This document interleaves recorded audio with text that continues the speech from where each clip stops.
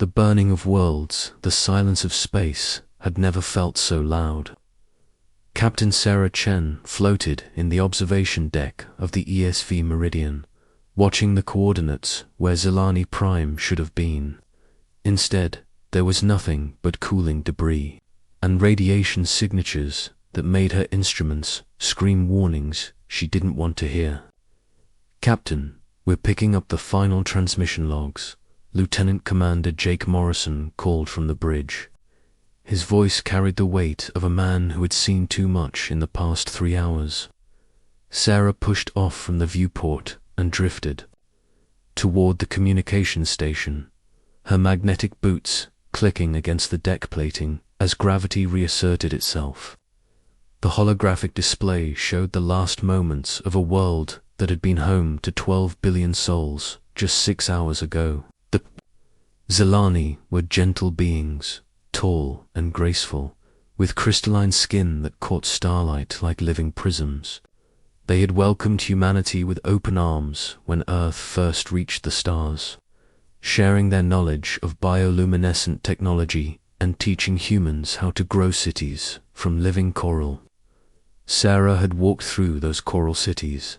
She had shared meals with Zelani families, learnt their songs, and watched their children play games that involved creating light patterns with their natural bioluminescence. The Zelani were pacifists by nature, believing that all life was sacred and that conflict could always be resolved through understanding. The Galactic Consortium had decided otherwise. The transmission showed Consortium dreadnoughts dropping from hyperspace like falling stars. No warning, no demands, no negotiation, just death raining down from the void in the form of plasma bombardment that turned cities into glass and oceans into steam. The Zelani hadn't even tried to fight back. Their defense platforms remained inactive, their ships stayed in dock. Even as their world burned, they had maintained their belief in peace. How long did it take? Sarah asked, though she already knew the answer would haunt her. 2 hours and 37 minutes for complete planetary sterilization, Morrison replied they were. They were still transmitting surrender offers when the orbital platforms were destroyed. Sarah closed her eyes, feeling the weight of failure settle on her shoulders like a lead blanket. Earth had been the Zelana's protector, their ally in a galaxy that often saw their pacifism as weakness. The Defense Pact had been signed with great ceremony on Lunar Station, with both species swearing to stand together against any threat. But when the Consortium came, Earth's protests had fallen on deaf ears. The Consortium's official statement called it a necessary cleansing operation to prevent the spread of genetic deviation. The Zelani's crime had been their refusal to undergo the Consortium's mandatory genetic standardization program, a process that would have stripped away their bioluminescence and made them more like the Consortium's preferred humanoid template. Sarah brought up the diplomatic logs on her personal tablet. Ambassador Marcus Webb had spent weeks filing protests, demanding investigations, calling for emergency sessions of the Galactic Senate.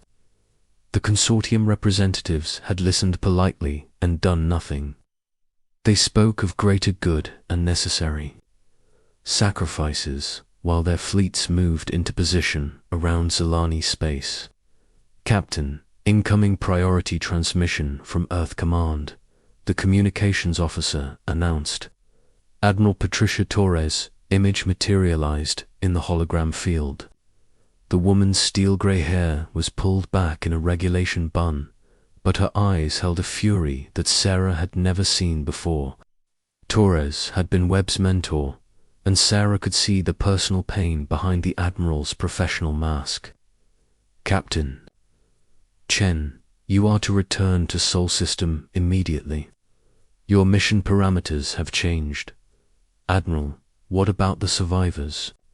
Our sensors are still picking up life signs from the outer colonies. The consortium has declared those systems under quarantine. Any ship approaching will be fired upon. Torres paused, and Sarah could see the woman's jaw clench. Ambassador, Webb's shuttle was destroyed 3 hours ago while attempting to reach Zilani. Minor, the consortium claims it was a navigation error. The words hit Sarah like a physical blow. Webb had been like a father to many of the younger officers, a man who believed that diplomacy could solve any problem. The idea that he had been murdered while trying to save the few remaining Zilani was almost too much to process. Ma'am, surely the Senate will respond. The other species won't stand, for the Senate has voted to censure the consortium's methods while supporting their goals. 17 species voted in favor, 3 abstained, and only Earth voted against. Torres' voice was as cold as the space between stars. We are alone in this, Captain, and the talking is over. Sarah felt something shift in her chest, a hardening that she had never experienced before. She looked out at the debris field that had once been a thriving world, thought about the Zilani children she had played with, the artists who had painted with living light, the philosophers who had taught her that violence was never the answer. They had been wrong about that last part. What are our orders, Admiral? Report to Titan Station for reassignment. And Captain, this conversation never happened. As far as official records show, you observed the aftermath of an unfortunate stellar event. Is that understood? Perfectly, ma'am. The transmission ended, leaving Sarah alone with her thoughts and the ghost of a world. She remained in the observation deck for another hour, memorizing every piece of debris, every radiation signature, every trace of the civilization that had been erased. When she finally returned to the bridge, she found her crew waiting with expressions that mirrored her own. Set course for Titan Station, maximum burn, she ordered. And Morrison, compile everything we've recorded here. Every sensor reading, every transmission, every scrap of evidence. Captain, if the Admiral said to forget this happened, I said compile it, Lieutenant Commander. Some things are too important to forget. The journey back to Sol System took 4 days at maximum burn. Sarah spent most of that time in her quarters, going over intelligence reports and star charts. The consortium controlled nearly 60% of known space, with client species and puppet governments extending their influence even further. Earth had allies, but they were scattered and weak, more concerned with trade agreements than military action. When the Meridian docked at Titan Station, Sarah was surprised to find Admiral Torres waiting for her personally. The Admiral's expression was unreadable as she led Sarah through corridors that seemed unusually empty of personnel. Walk with me, Captain, Torres said, leading her away from the main thoroughfares toward the restricted military sections. I want to show you something. They took a lift down to level C7, a section of the station that Sarah had never accessed before. The corridors here were unmarked, and the few personnel they passed wore no identifying insignia. Torres stopped at a blast door marked only with a series of numbers and pressed her palm to a scanner. The door slid open to reveal a command center unlike anything Sarah had ever seen. Dozens of officers worked at holographic displays showing ship movements, resource allocations, and what appeared to be detailed intelligence on consortium military installations. At the center of it all was a 3-dimensional map of the galaxy, with potential targets marked in red. Welcome to Operation Silence Breaker, Torres said quietly. For the past 6 months, we've been preparing for the possibility that diplomacy would fail. The Zilani massacre has simply moved up our timeline. Sarah stared at the displays, recognizing the markings of what appeared to be the most comprehensive military intelligence operation in Earth's history. How many people know about this? 43, counting you. We've been building this in absolute secrecy, using black budget funds and volunteers who understand what's at stake. Torres moved to the central display, highlighting a series of installations throughout Consortium space. The Consortium believes will file more protests and eventually forget about the Zal. They expect us to be civilized, but we're not going to be. Civilization is a luxury we can afford after we've dealt with genocidal monsters. Torres manipulated the display, showing Sarah a series of ships that appeared to be commercial vessels. These are our primary assets. Modified cargo haulers and passenger transports, all carrying military-grade weaponry and stealth systems. The Consortium expects military action to come from our official fleet. Sarah studied the intelligence data, feeling a familiar excitement that she remembered from her days as a tactical officer. What's the mission profile? Asymmetric warfare. Hit their infrastructure, disrupt their communications, make them bleed. Resources, chasing ghosts. Torres pulled up detailed schematics of Consortium installations. We're not trying to invade their territory or occupy their worlds. We're going to make them hurt until they understand that some lines should never be crossed. The plan was elegant in its simplicity and terrifying in its scope. Earth's shadow fleet would strike at relay stations, supply depots, and isolated installations throughout Consortium space. Each attack would be swift, brutal, and untraceable. No identification, no demands, no warnings. Just destruction delivered by ships that officially didn't exist. When do we start? Torres smiled, and Sarah saw something predatory in the expression. 3 hours ago, the first strike team hit a communications relay in the Corvin sector. The Consortium is still trying to figure out what happened. Over the following days, Sarah found herself assigned to the ESV Phantom, a modified cargo vessel that had been gutted and rebuilt as a stealth attack ship. Her crew consisted of volunteers from across Earth's military, men and women who had friends among the Zalani, or who simply couldn't stomach the idea of genocide going unanswered. Their first target was a remote supply depot in the Ashanti system, a facility that provided fuel and provisions for Consortium patrol ships.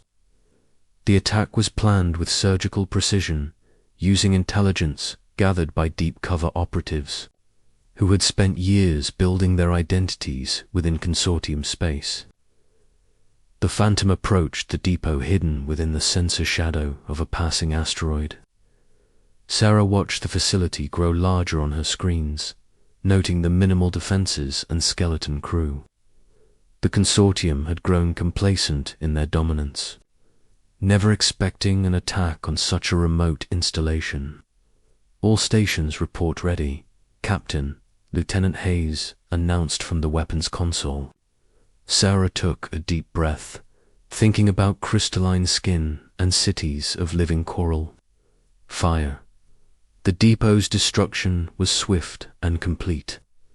Plasma torpedoes tore through the station's hull, while kinetic missiles reduced the fuel storage tanks to expanding clouds of debris. The entire engagement lasted less than 4 minutes, and by the time Consortium patrol ships arrived, the Phantom had already vanished into the asteroid field. As they made their escape, Sarah received a coded transmission from Admiral Torres. The message was brief. First blood drawn. The galaxy is listening. Sarah looked out at the stars and thought about the price of silence. The Consortium had believed that might made right, that overwhelming force could silence any opposition. They had murdered an entire species to prove their point, and the galaxy had watched in silence. But Earth remembered its friends, and when Earth spoke, it would be in a language the Consortium would understand. The language of war. When Earth speaks in fire, the Consortium learned fear slowly, like water seeping through stone. For 3 weeks. After the first strikes, they maintained their official silence, refusing to acknowledge that anyone would dare challenge their authority. Their media outlets reported equipment failures and industrial accidents, while their military scrambled to understand what was happening in the shadows of their empire. Captain Sarah Chen stood in the briefing room of Titan, Station's hidden command center, studying the tactical displays that showed their campaign's growing impact. Red markers indicated successful strikes across 17 star systems, each one a carefully chosen target designed to cripple the Consortium's ability to project power into the outer territories. Intelligence reports increasing patrol activity along their border zones. Major Kelly Brooks reported, manipulating the holographic display to show Consortium ship movements. They're pulling resources from their core worlds to investigate the attacks. Admiral Torres nodded grimly from her position at the head of the table. Good. The more ships they waste chasing ghosts, the fewer they have available for their next cleansing operation. She highlighted a new sector on the display. Captain Chen, your next assignment is the Meridia system. Deep space listening post, monitoring subspace communications across 6 sectors. Sarah studied the target data, noting the heavy encryption arrays and powerful transmission equipment. Civilian population. Automated facility with a skeleton. Crew of 12 technicians. Consortium military classification. Non-essential personnel. Torres' voice carried the cold precision of a woman who had learned to think like the enemy. The facility coordinates patrol schedules and resource allocation for their entire Outer Rim operation. The briefing continued for another hour, covering escape routes, backup plans, and contingency protocols. Sarah had participated in dozens of such meetings over the past month, watching Earth's shadow war evolve from desperate strikes to a coordinated campaign that was slowly strangling the Consortium's ability to maintain order in their outer territories. But something had changed in the intelligence reports. The Consortium wasn't just increasing patrols anymore. They were actively hunting. Captain, there's something else you need to know, Torres said after the other officers had filed out. She activated a secure holographic projector, displaying the image of a sleek black vessel unlike anything in Earth's databases. 3 days ago, the ESV Nightfall missed its scheduled check-in. We found debris in the Kalos system. Along with this, the hologram shifted to show a piece of twisted metal with strange markings burned into its surface. The symbols were elegant and flowing, unlike the harsh angular script favored by most Consortium species. We've identified the markings as belonging to the Red Talon Mercenary Company. Consortium military contractors with a reputation for unconventional warfare and wet work operations. Torres paused, letting the implications sink in. They're hunting our ships, Sarah, and they're good at it. Sarah felt a chill run down her spine. The Nightfall had been commanded by Captain Marcus Rodriguez, a friend from her academy days and one of the most skilled stealth operators in Earth's Navy. If the Red Talons had managed to destroy his ship, they represented a threat that couldn't be underestimated. How did they find the Nightfall? We're not sure. Rodriguez followed all protocols, used standard evasion techniques, maintained communication blackout during approach. But somehow they were waiting for him. Torres manipulated the display, showing the debris pattern. The attack was precise, professional, no warning, no chance to escape. The loss of the Nightfall and its crew cast a shadow over the next phase of Earth's campaign. Sarah found herself assigned to a new ship, the ESV Wraith, with enhanced stealth systems and a crew selected for their experience in deep space operations. Her first officer was Lieutenant Commander David Park, a former intelligence operative who had spent 2 years undercover in Consortium space. "Captain, we're receiving coded transmissions from our deep assets," Park reported as they prepared to depart for the Meridia system. "The Consortium has activated something called the Purity Protocol." Sarah felt her blood turn to ice. What kind of protocol? Park's expression was grim as he handed her a datapad containing the intercepted intelligence. "It's a systematic plan for what they call genetic standardization across all inhabited worlds in their territory. The Zalani were just the beginning, ma'am. They're planning to eliminate every species that doesn't conform to their template." The datapad contained detailed plans for the forced relocation and eventual elimination of over 40 different species. The Consortium's leadership had decided that genetic diversity was a threat to galactic stability and had developed a comprehensive program to create what they called optimal biological unity. Sarah scrolled through the list of targeted species, recognizing names and faces from her years of diplomatic service. The crystalline Vectari, who created living art from pure energy. The aquatic Delphi, whose philosophy had influenced Earth's own understanding of consciousness. The insectoid Kree, whose mathematical genius had revolutionized faster than light. Communication. All of them marked for extinction. How long until they begin the next phase? Intelligence estimates 6 months for full military preparation. They're building a dedicated fleet for what they're calling cleansing operations. Park paused, then added quietly, "Ma'am, our strikes have been effective, but they're not enough to stop this. We need to hit them where it really hurts." That night, Sarah found herself unable to sleep. She floated in the observation deck of the Wraith, watching the stars wheel slowly past as the ship traveled through hyperspace toward their next target. The universe looked peaceful from here, just points of light against an infinite backdrop of darkness. It was hard to imagine that somewhere out there, entire species were being marked for death by beings who believed that conformity was more important than life itself. Her contemplation was interrupted by an urgent communication from Admiral Torres. The woman's image appeared in the holographic field, but something was different about her expression. Gone was the cold determination Sarah had grown used to.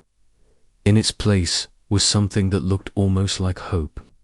"Sarah, we've just received intelligence from our asset inside the Consortium Defense Ministry. They've discovered the location of the Central Coordination Facility for the Purity Protocol." Torres paused, letting the significance of the information sink in. "It's on Nexus Prime." Sarah felt her breath catch. Nexus Prime was the heart of the Consortium's empire, a massive city world that served as their capital and primary military command center. It was defended by orbital platforms, patrol fleets, and the most advanced defensive systems in known space. Attacking it would be suicide for any conventional force. "What kind of facility are we talking about, Admiral?" "Deep underground complex beneath the Consortium High Command. It houses the genetic templates, research data, and command protocols for the entire Purity Protocol operation." Torres manipulated her display, showing architectural plans that had been obtained at enormous risk. "Sarah, if we could destroy this facility, we wouldn't just set back their timeline. We could cripple the entire program." The plan that Torres outlined was audacious beyond anything Earth had attempted. A small strike force would infiltrate Nexus Prime using captured consortium transport codes, plant enough explosives to destroy the underground complex, and escape before the defenses could react. It was the kind of operation that military historians would call either brilliant or insane, depending on whether it succeeded. "I want to volunteer for the mission, Admiral." Torres studied her for a long moment. "Sarah, this isn't like our other operations. If you're captured, Earth will disavow any knowledge of your existence. If you fail, 40 species die and the consortium wins. And if you succeed," she paused, then continued quietly, "if you succeed, you'll have started a war that could consume the entire galaxy." "They started the war when they murdered the Zilani," Sarah replied. "We're just making sure they know it." The preparation for the Nexus Prime mission took 2 weeks of intensive planning and training. Sarah's team consisted of 6 specialists: Lieutenant Commander Park for intelligence and infiltration, Chief Petty Officer Maria Santos for demolitions, Sergeant Tom Bradley for close quarters combat, Dr. Jennifer Walsh for technical systems, Petty Officer First Class Alex Kim for communications, and herself as team leader. They traveled to Nexus Prime aboard a captured consortium cargo vessel, using forged documents and stolen identification codes to pass through the outer security perimeters. The journey took 3 days, during which Sarah found herself thinking about the weight of their mission. The fate of 40 species rested on their ability to plant explosives in one of the most heavily defended facilities in the galaxy. Nexus Prime dominated the view screen as they approached, a massive sphere of metal and crystal that pulsed with the light of billions of inhabitants. The planet's original surface had been covered over millennia ago, replaced by layer upon layer of city that reached from the core to the upper atmosphere. Somewhere beneath all that metal and concrete, the consortium's leaders were planning the greatest act of genocide in galactic history. Transport vessel Cygnus requesting docking clearance. Park transmitted in perfect consortium standard, carrying agricultural supplies for District 7 distribution. The response came back in the bored tone of a traffic controller who had processed thousands of similar requests. "Cygnus, you are cleared for Cargo Bay 707. Proceed to automated docking sequence." As their ship settled into the massive cargo bay, Sarah could see the sheer scale of the consortium's capital. World. Cargo haulers the size of Earth cities moved through traffic patterns that seemed to have been designed by automated systems directed the flow of goods and people with mechanical precision, while security drones drifted through the organized chaos like predators searching for prey. The team disembarked carrying carefully forged maintenance orders that would grant them access to the deep city levels. Their equipment was hidden within standard repair tools and cleaning supplies, disguised so well that even a detailed inspection might miss the explosive charges and detonators concealed within. The journey to the underground facility took 4 hours through maintenance corridors and service shafts that burrowed deep into Nexus Prime's artificial geology. Sarah led her team through a maze of pipes, cables, and ventilation ducts, following maps that had been obtained through the sacrifice of Earth's best intelligence operatives. When they finally reached the Purity Protocol facility, Sarah was struck by its clinical sterility. White walls, bright lighting, and the hum of advanced computer systems created an atmosphere of scientific objectivity that somehow made the genocidal purpose even more chilling. This wasn't a place of passion or hatred. It was a facility where the extinction of entire species was planned with the same attention to detail that might be applied to a shipping schedule. "Charges are in position," Captain Santos reported. Quietly, 30 minutes to detonation. Sarah nodded, feeling the weight of history pressing down on her shoulders. In 30 minutes, Earth would deliver its message to the consortium, not in words or diplomatic protests, but in fire and destruction that would echo across the galaxy. The escape was a nightmare of alarms, security drones, and pursuit through corridors that seemed to shift and change around them. Two members of the team were killed in the running battle that erupted when consortium security forces finally identified the intruders. Sergeant Bradley died holding a corridor junction while the rest of the team escaped, and Dr. Walsh was vaporized by a security drone's plasma cannon. Sarah and the survivors reached their extraction point with minutes to spare. Boarding a hidden shuttle that had been pre-positioned in an abandoned cargo bay. As they lifted off from Nexus Prime's surface, the explosives detonated deep beneath the city.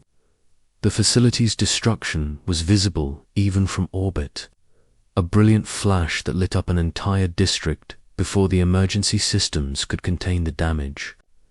Sarah watched through the shuttle's view screen as rescue vehicles raced toward the explosion site, knowing that they would find nothing but fused metal and scattered atoms where the purity protocol's heart had once beaten. The galaxy's reaction was swift and decisive.